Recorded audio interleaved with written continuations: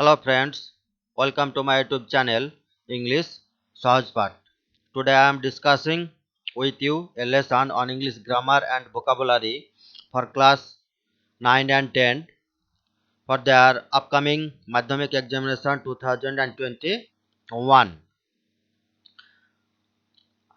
সামনে যে মাধ্যমিক পরীক্ষা 2021 তাদের স্টুডেন্টস তাদের ক্ষেত্রে এটা বেশি কাজে লাগবে। তো প্রথমে বলি যে if you are new here please subscribe my YouTube channel English Sahaj Part। ভিডিওটি ভালো লাগলে অবশ্যই একটি করে লাইক দেবে, বন্ধুদের সঙ্গে শেয়ার করবে এবং তোমাদের গুরুত্বপূর্ণ মতামত কমেন্ট বক্সে অবশ্যই লিখে জানাবে। তো প্রথমে যেটি দেওয়া আছে সেটা কি করতে বলা হচ্ছে, write the correct alternative to fill in the blanks. শূন্যস্থানগুলো সঠিক শব্দ দিয়ে পূরণ করতে হবে। কি দেওয়া আছে, হ্যাভিং ড্যাশ ব্র্যাকেটে দেওয়া আছে completed, completing, would complete, her training, sister Teresa dash joining, joined, will join, Loreto convent at Italy in Kolkata. She began to dash taught teach teaching geography there। অর্থাৎ এখানে যে শূন্যস্থানগুলো দেওয়া আছে এখানে অ্যাপ্রোপ্রিয়েট ফর্ম অফ ভার্ব, এখানে ক্রিয়াপদের সঠিক রূপটি শূন্যস্থানে বসাতে হবে। তো প্রথমে যেটা দেওয়া আছে যে having dash completed, completing, would complete. তো হ্যাভিং থাকলে আমরা জানি সেটাকে পারফেক্ট পার্টিসিপল ধরা হয়। আর পারফেক্ট পার্টিসিপলের ক্ষেত্রে কি হয়, হ্যাভিং মানে হ্যাভের সঙ্গে আইনজি যুক্ত হয়, তারপরে ভার্বের পাস্ট পার্টিসিপল অর্থাৎ থার্ড ফর্ম বসাতে হয়। তাহলে এখানে কমপ্লিট তার থার্ড ফর্ম বা পাস্ট পার্টিসিপল ফর্ম হচ্ছে কমপ্লিটেড। তাহলে এখানে বসবে কি having completed,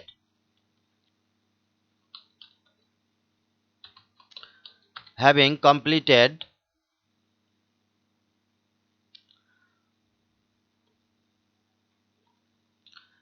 completed her training, তার শিক্ষা শেষ করার পরে বা শেষ করিয়া, sister Teresa joined Loreto convent, joined sister Teresa Loreto কনভেন্টে যোগ দিয়েছিলেন। তাইলে এখানে বসছে কি জয়েন্ট, ভার্বের past form. Sister Teresa joined Loreto convent at Italy in Kolkata, অর্থাৎ সিস্টার টেরেজা তার শিক্ষা শেষ করার পরে তিনি কলকাতার ইটালিতে লরেটো কনভেন্টে যোগদান করেছিলেন। সি বিগ্যান টু, এখানে টু দেওয়া আছে ইনফিনিটিভ ফর্ম, তাহলে নিশ্চয়ই ভার্বের প্রেজেন্ট ফর্ম বসবে। She began to teach, taught, teach, teaching আছে, তাহলে প্রেজেন্ট ফর্ম হবে কি টিচ। ইনফিনিটিভ ফর্মে ভার্বের সবসময় প্রেজেন্ট ফর্ম হয়। তাহলে she began to teach geography there, তিনি সেখানে ভূগোল শিক্ষা দেওয়ার শুরু করেছিলেন। তাহলে এখানে কি কি উত্তর পাওয়া গেল, যে হ্যাভিং কমপ্লিটেড,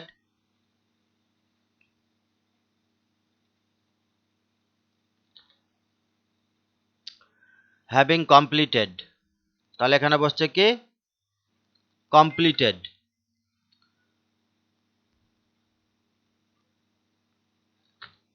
ভার্বের পাস্ট পার্টিসিপল ফর্ম বসছে, যেহেতু এখানে হ্যাভিং আছে এটা হচ্ছে পারফেক্ট পার্টিসিপল। শেষ করিয়া বা সমাপ্ত করিয়া, টেরেজা জয়েন্ট, এখানে জয়েন্ট এখানে ভার্বের past form. Loreto convent at Italy in Kolkata, she began to teach, এখানে টু ইনফিনিটিভ ফর্ম আছে, তাহলে এখানে ভার্বের প্রেজেন্ট ফর্ম হবে টিচ।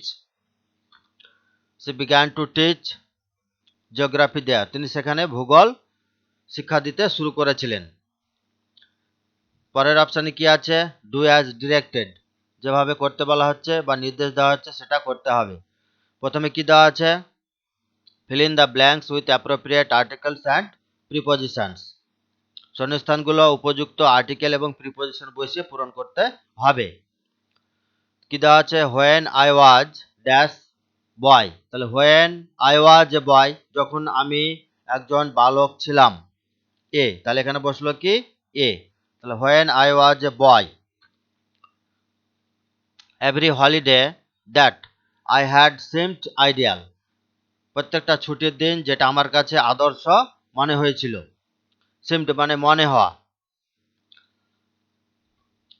তাহলে হোয়েন আই ওয়াজ এ বয়, যখন আমি বালক ছিলাম, every holiday that I had seemed ideal, প্রত্যেকটা ছুটির দিন যেটা আমার কাছে আদর্শ বা উপযোগী মনে হয়েছিল, মাই প্যারেন্টস, আমার পিতামাতা, টুক মি, আমাকে নিয়ে যেত, কিসে করে নিয়ে যেত, বাই ট্রেন অর কার। তাহলে এখানে প্রিপোজিশন বসছে বাই, যানবাহনের দ্বারা যদি বোঝায় তাহলে সেক্ষেত্রে বসে বাই।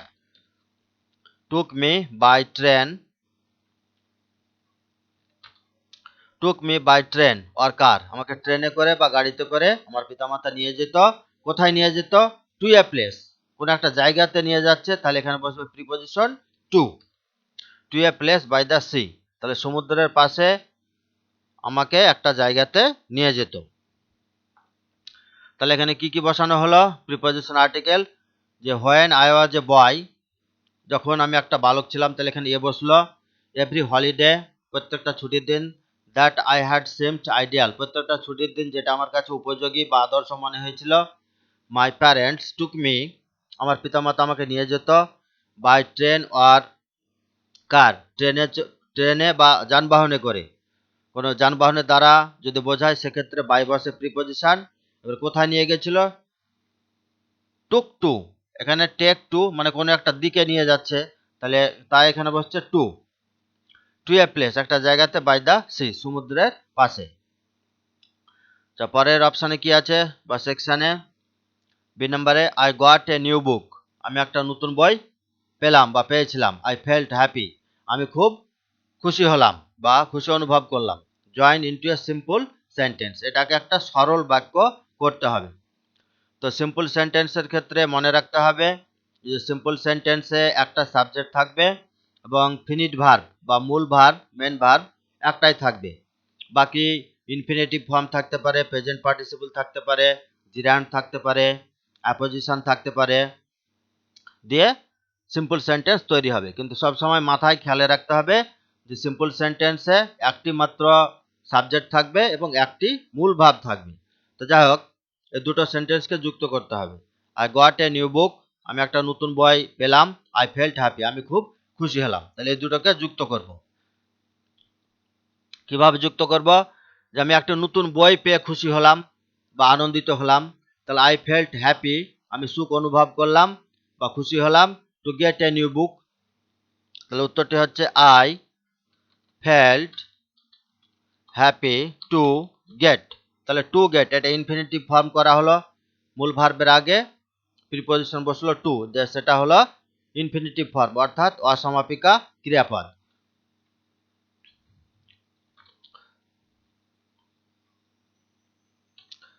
তাহলে I felt happy to get a new book, আমি একটা নতুন বই পেয়ে খুব খুশি হলাম বা আনন্দিত হলাম।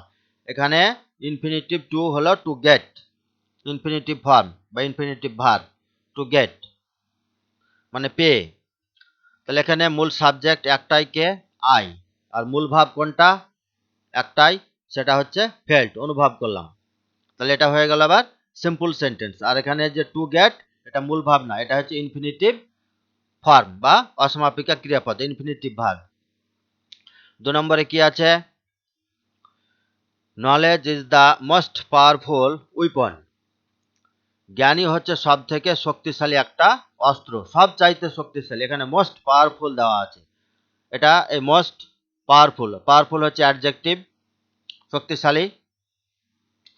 তাহলে এই যে অ্যাডজেক্টিভের মাত্রা বা রূপের পরিবর্তন হচ্ছে, সেটা হবে কি? ডিগ্রি। এখানে কি করতে বলা হচ্ছে? Rewrite the positive degree of the adjective. তাহলে এই যে অ্যাডজেক্টিভ পাওয়ারফুল আছে আর তার আগে মোস্ট যুক্ত আছে, এটা হচ্ছে সুপারলেটিভ ডিগ্রিতে আছে। এবার সেটাকে কি করতে হবে? পজিটিভ ডিগ্রিতে রূপান্তর করতে হবে, কিন্তু মিনিং বা মানে চেঞ্জ হবে না, মানে অপরিবর্তিত রেখেই সেটা পজিটিভ ডিগ্রিতে রূপান্তর করতে হবে। তাহলে মানেটা হচ্ছে কি? যে জ্ঞানী হচ্ছে সবচাইতে শক্তিশালী একটা অস্ত্র, উইপন। উইপন মানে হচ্ছে অস্ত্র। তাহলে এটাকে পজিটিভ ডিগ্রি করব, যদি সবচাইতে বড় বোঝায় সেক্ষেত্রে সুপারলেটিভ থেকে পজিটিভ ডিগ্রিতে রূপান্তরের সময় ন বা নো আদার ব্যবহার করতে হয়। তাহলে এক্ষেত্রে ব্যবহার হবে কি, যে no other weapon, no other weapon is. যদি নেগেটিভ হয় তাহলে সো বসাবো, সো ডট ডট অ্যাজ। তাহলে no other weapon is so powerful as the knowledge is. ইজটাকে আমরা ব্র্যাকেটে রাখতে পারি, ইজটা দিলেও হবে আবার না দিলেও হবে। তাহলে no other weapon is so powerful as the knowledge is, এখানে দিটাও আমরা না দিতে পারি অনেক সময়। তাহলে no other weapon is so powerful as knowledge is, যেহেতু নলেজটাকেই বেশি ধরা হচ্ছে সবচাইতে বেশি শক্তিশালী, সেক্ষেত্রে আমরা ডেফিনাইট আর্টিকেল দি ব্যবহার করতে পারি। তাহলে এখানে সো ব্যবহার করে বা অ্যাজ ব্যবহার করে আমরা এটা করতে পারি, সো বা অ্যাজ। তাহলে no other weapon is so বা as, no other weapon is as powerful as the knowledge বা অ্যাজ নলেজ, এটাও আমরা দিতে পারি বা না দিতে পারি, দুইটা।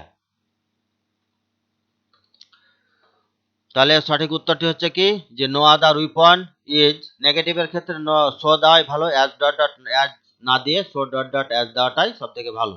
তাহলে no other weapon is so powerful as knowledge বা অ্যাজ নলেজ ইজ। তাহলে এটা হলো পজিটিভ ডিগ্রিতে রূপান্তর। আচ্ছা, এবার ধরা যাক এটা কি আমরা কম্পারেটিভ ডিগ্রি করব। কম্পারেটিভ যদি করি তাহলে কি হবে, কম্পারেটিভ ডিগ্রিতে কি হবে, তুলনা বোঝাবে, কেউ কাউরি থেকে বেশি হবে বা কেউ কাউরি থেকে কম হবে, এই ধরনের। তাহলে কম্পারেটিভ ডিগ্রি করলে কি হবে, তাহলে কম্পারেটিভ ডিগ্রি করলে কি হবে, কম্পারেটিভ ডিগ্রির ক্ষেত্রে হবে কি, যে যেখানে পাওয়ারফুল তিনটা সিলেবল হচ্ছে সেক্ষেত্রে মোর ব্যবহার করতে হবে। তাহলে no other, sorry no other হবে না, তাহলে কি হবে, knowledge is more powerful, knowledge is more powerful, মানে জ্ঞানটাই হচ্ছে তুলনামূলক বেশি শক্তিশালী। Knowledge is more powerful than any other weapon in the world, এটা দিতেও পারে আবার নাও দিতে পারি। তাহলে knowledge is more powerful than any other weapon, মানে অন্যান্য অস্ত্রের থেকে তুলনামূলকভাবে জ্ঞানটাই হচ্ছে বেশি শক্তিশালী। তাহলে এটা হলো কম্পারেটিভ ডিগ্রি। আচ্ছা, পরেরটি কি দেওয়া আছে, ফাদার সেড টু স্বামী, বাবা স্বামীকে বলল, have you no school today, তোমার কি আজ কোনো স্কুল নেই। রিরাইট ইন ইনডিরেক্ট স্পিচ, এটা ডিরেক্ট স্পিচে দেওয়া আছে, এটাকে ইনডিরেক্ট স্পিচ করতে হবে। সেড টু, এটা রিপোর্টিং ভার্ব পাস্ট ফর্মে দেওয়া আছে, আর have you no school today এটা প্রেজেন্ট ইনডিফিনাইট টেন্সে দেওয়া আছে, টু হ্যাভ ভার্বের শুধু ভ্যাব, এটা হচ্ছে মূল ভার্ব। আচ্ছা, এটার এবার ইনডিরেক্ট স্পিচ করতে হবে। তাহলে এটা কোন সেন্টেন্সে আছে সেটাও লক্ষ্য করতে হবে, যে have you no school today, তোমার কি আজ কোনো স্কুল নেই, এটা জিজ্ঞাসা করছে, তাহলে এটা ইন্টারোগেটিভ সেন্টেন্সে আছে। তাহলে ইন্টারোগেটিভ সেন্টেন্সে ন্যারেশন চেঞ্জ অর্থাৎ ডিরেক্ট থেকে ইনডিরেক্ট করার সময় রিপোর্টিং ভার্বের জায়গায় সেড টুর জায়গায় আস্কড ব্যবহার করতে হয় অনেক সময়, কখনো ওয়ান্টেড টু নো ফ্রম, কখনো এনকোয়ার্ড, এগুলো ব্যবহার করতে হয়। আর রিপোর্টেড স্পিচের আগে ইফ বা ওয়েদার ব্যবহার করতে হয়। আর যদি ডাব্লিউএইচ শব্দ থাকে সেক্ষেত্রে ইফ বা ওয়েদার ব্যবহার করতে হবে না। আর সর্বোপরি যে প্রশ্নবোধক বাক্য ইন্টারোগেটিভ সেন্টেন্স সেটাকে অ্যাসার্টিভ সেন্টেন্সে পরিণত করতে হয়। তাহলে উত্তরটি হবে ফাদার আস্কড স্বামী, ফাদার আস্কড স্বামী, ইফ বা ওখানে আমরা ওয়েদার ব্যবহার করছি, ইফ বা ওয়েদার। তাহলে ফাদার আস্কড স্বামী ইফ বা ওয়েদার। এবার যে have you no school today, এটাকে অ্যাসার্টিভ করতে হবে, এটা প্রশ্নবোধকে আছে। তাহলে ইফ ইউটা কে, এই ইউটা হচ্ছে স্বামী, এই স্বামী। তাহলে ইউটা এখানে সেকেন্ড পারসন আছে, আর ইউটা কোন ব্যক্তি, ইউটা ব্যক্তি হচ্ছে এই স্বামী, স্বামীটা থার্ড পারসন সিঙ্গুলার আছে, তাহলে ইউ এর জায়গায় আমাকে থার্ড পারসন সিঙ্গুলার নিয়ে আসতে হবে। তাহলে এখানে হবে হি, হি। এবার এটা প্রেজেন্ট ইনডিফিনাইটে আছে হ্যাভ ভার্ব দিয়ে, টু হ্যাভ ভার্ব দিয়ে। তাহলে হ্যাভের পাস্ট ফর্ম করতে হবে, পাস্ট করতে হবে এই কারণে যেহেতু এখানে রিপোর্টিং ভার্বটি পাস্টে আছে। তাহলে ইফ বা whether he had no school, no school. এবার লক্ষ্য রাখতে হবে এখানে অ্যাডভার্ব আছে টুডে, এই অ্যাডভার্বগুলোরও চেঞ্জ করতে হবে। টুডে থেকে পরিবর্তন হবে কি that day, if he had no school that day, দিয়ে ফুল স্টপ দিতে হবে। তাহলে এটা হলো ইনডাইরেক্ট স্পিচ, যে ফাদার আস্কড স্বামী ইফ বা whether he had no school that day, তার স্কুল ছিল কি না সেটা সে বাবা স্বামীর কাছে জানতে চাইল। এখানে আস্কডের জায়গায় ওয়ান্টেড টু নো বা wanted to know from Swami, এটাও আমরা করতে পারি। এখানে আস্কডের জায়গায় wanted to know from, wanted to know from, এটা আমরা ব্যবহার করতে পারি। Father wanted to know from Swami if বা whether he had no school that day, যে কোনো একটা দিতে হবে, ইফ বা হোয়েদার মধ্যে যে কোনো একটা দিতে হবে, আর এখানে আস্কড বা ওয়ান্টেড টু নো ফ্রম এই দুটোর মধ্যে যে কোনো একটা ব্যবহার করতে হবে। এবার পরের সেকশন কি আছে, right the correct phrasal verbs in their proper forms in the boxes to replace the underlined ওয়ার্ডস। তাহলে যে সমস্ত শব্দগুলোর নিচে বা ভার্বগুলোর বা ক্রিয়াপদের নিচে আন্ডারলাইন বা নিচে দাগ দেওয়া আছে, সেগুলোর পরিবর্তে ফ্রেজাল ভার্ব বা গ্রুপ ভার্ব ব্যবহার করতে হবে। ভার্ব প্লাস তার সঙ্গে প্রিপজিশন যুক্ত থাকবে, দিয়ে সেটা হবে গ্রুপ ভার্ব বা ফ্রেজাল ভার্ব, শব্দগুচ্ছ ক্রিয়াপদ। তাহলে প্রথমে আমাদেরকে জানতে হবে যে যে গ্রুপ ভার্বগুলো দেওয়া আছে বা ফ্রেজাল ভার্ব, সেগুলোর মানে জানতে হবে। তো প্রথমে কি দেওয়া আছে, পুট আপ, পুট আপ মানে হচ্ছে মুলতবি রাখা বা স্থগিত রাখা। অ্যাবাইড বাই মানে হচ্ছে মেনে চলা। কল আপ, কল আপ মানে হচ্ছে স্মরণ করা। পুট আউট, পুট আউট মানে নিভিয়ে দেওয়া। তাহলে এই ফ্রেজাল ভার্বগুলো যে সমস্ত ক্রিয়াপদের নিচে উপরে সেন্টেন্সে আন্ডারলাইন করা আছে, সেগুলোর পরিবর্তে যেটা সঠিক যে জায়গায় বসবে সেটাকে রিপ্লেস করতে হবে, সেটাকে পাল্টে ফ্রেজাল ভার্বটাকে বসাতে হবে। তো 1 নম্বরে দেওয়া আছে হি এক্সটিংগুইশড দ্য ল্যাম্প, মানে সে ল্যাম্প বা প্রদীপটি এক্সটিংগুইশ, এক্সটিংগুইশ মানে হচ্ছে নিভিয়ে দেওয়া, এক্সটিংগুইশ মানে হচ্ছে নিভিয়ে দেওয়া। তো এক্ষেত্রে মনে রাখতে হবে যে সেন্টেন্সগুলো, ক্রিয়াপদগুলো বা সেন্টেন্সটি যে টেন্সে থাকবে সে অনুযায়ী ক্রিয়াপদের রূপ বা গঠন, প্রেজেন্ট ফর্ম বা পাস্ট ফর্ম বা পাস্ট পার্টিসিপল ফর্ম বা প্যাসিভ ভয়েস, যে ফর্মে দেওয়া থাক ফ্রেজাল ভার্বটাকেও সে ফর্মেই রিপ্লেস করতে হবে। তাহলে এক্সটিংগুইশড মানে হচ্ছে নিভিয়ে দেওয়া। তাহলে আর ফ্রেজাল ভার্ব কি মানে নিভিয়ে দেওয়া, পুট আউট, পুট আউট মানে নিভিয়ে দেওয়া। এবার লক্ষ্য রাখতে হবে এখানে এক্সটিংগুইশড এটা পাস্ট ফর্ম করা আছে, তাহলে পুট আউটের পাস্ট ফর্ম কি হবে, পুট আউটই থাকবে। তাহলে উত্তরটি হবে কি, যে he put out the lamp, সে ল্যাম্পটি নিভিয়ে দিল বা নিভিয়ে দিয়েছিল। তাহলে এক্সটিংগুইশের পরিবর্তে আমরা সেই জায়গায় বসালাম পুট আউট। তারপরেরটি আছে কি, we should maintain discipline. Should উচিত অর্থে ব্যবহার করা হয়, আর মেনটেন মানে হচ্ছে বজায় রাখা বা মেনে চলা, আর ডিসিপ্লিন, ডিসিপ্লিন মানে হচ্ছে নিয়মকানুন বা নিয়মানুবর্তিতা। তাহলে আমাদের উচিত নিয়মকানুন মেনে চলা। তাহলে মেনটেন মানে মেনে চলা। তাহলে আর ফ্রেজাল ভার্ব কি মানে মেনে চলা, অ্যাবাইড বাই, অ্যাবাইড বাই মানে হচ্ছে মেনে চলা। এবার লক্ষ্য রাখতে হবে এখানে মেনটেন এটা কোন ফর্মে আছে, ক্রিয়াপদটি এটা প্রেজেন্ট ফর্মে আছে, যেহেতু এখানে মডাল ভার্ব শুড দেওয়া আছে, সেহেতু মেন ভার্ব এখানে প্রেজেন্ট ফর্মে আছে, মেনটেন। তাহলে মেনটেনের পরিবর্তে যে ফ্রেজাল ভার্বটা বসবে সেটাও প্রেজেন্ট ফর্মে হবে। তাহলে উত্তরটি হচ্ছে we should abide by discipline. তাহলে এখানে মেনটেনের পরিবর্তে ফ্রেজাল ভার্ব বসলো কি অ্যাবাইড বাই। 3 নম্বরে যেটি দেওয়া আছে C could not recall it clearly. Recall মানে হচ্ছে স্মরণ করা বা মনে করা, রিকল। এটাও মডেল ভার্ব দেওয়া আছে এখানে, কুড, ক্যান এর past form could, R clearly হচ্ছে পরিষ্কারভাবে। সে এটা পরিষ্কারভাবে মনে করতে পারছিল না, সেটা পরিষ্কারভাবে মনে করতে পারছিল না। তাহলে রিকল এটা প্রেজেন্ট ফর্মে দেওয়া আছে, যেহেতু এখানে কুড পাস্ট ফর্মে দেওয়া আছে, তাহলে মূল ভাবটি প্রেজেন্ট ফর্ম। তাহলে কি মানে স্মরণ করা বোঝায়? কল আপ, কল আপ মানেও স্মরণ করা। তাহলে রিকলের পরিবর্তে এখানে ফ্রেজাল ভার্ব বসবে কল আপ। তাহলে উত্তরটি হচ্ছে C could not call up it clearly. সেটা পরিষ্কারভাবে স্মরণ করতে পারছিল না। তাহলে রিকলের পরিবর্তে এখানে ফ্রেজাল ভার্ব বসলো কল আপ।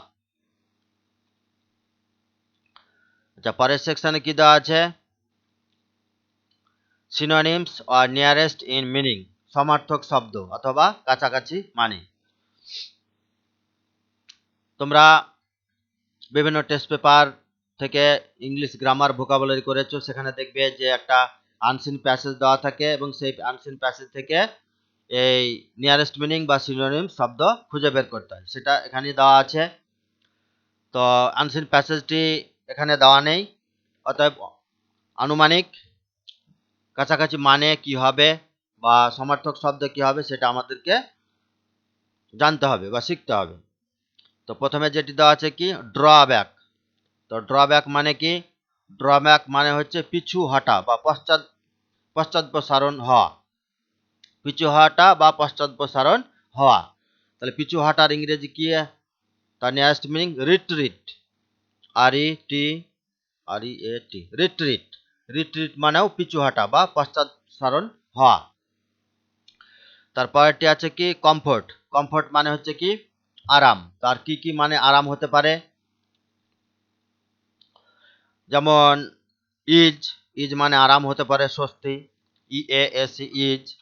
তারপরে কনসোলেশন বা কনসোলেশন। তারপরে প্লেজার, এগুলো আমরা ব্যবহার করতে পারি। তাহলে কমফোর্ট মানে আরাম, তার কাছাকাছি মানে হচ্ছে ইজ, কনসোলেশন, প্লেজার, এগুলো মানেও আরাম। আরেকটা হতে পারে সোলেস, SOLAUCE, সোলেস, এগুলো মানেও আরাম বোঝায়। আচ্ছা, 3 নম্বরে যে নিয়ারেস্ট মিনিং দেওয়া আছে সেটা কি? যে গ্রেট ইন নাম্বার, সংখ্যার দিক দিয়ে বিশাল, মানে সংখ্যায় খুব বেশি, সরি, সোলেস বানানটি SOLACE, সোলেস মানে সান্ত্বনা বোঝায় বা কমফোর্ট বোঝায়। আচ্ছা, গ্রেট ইন নাম্বার মানে সংখ্যায় বিশাল, তাহলে সেক্ষেত্রে কি কি দিতে পারি আমরা? অ্যামাউন্ট, গ্রেট অ্যামাউন্ট, বা এ লার্জ নাম্বার, এ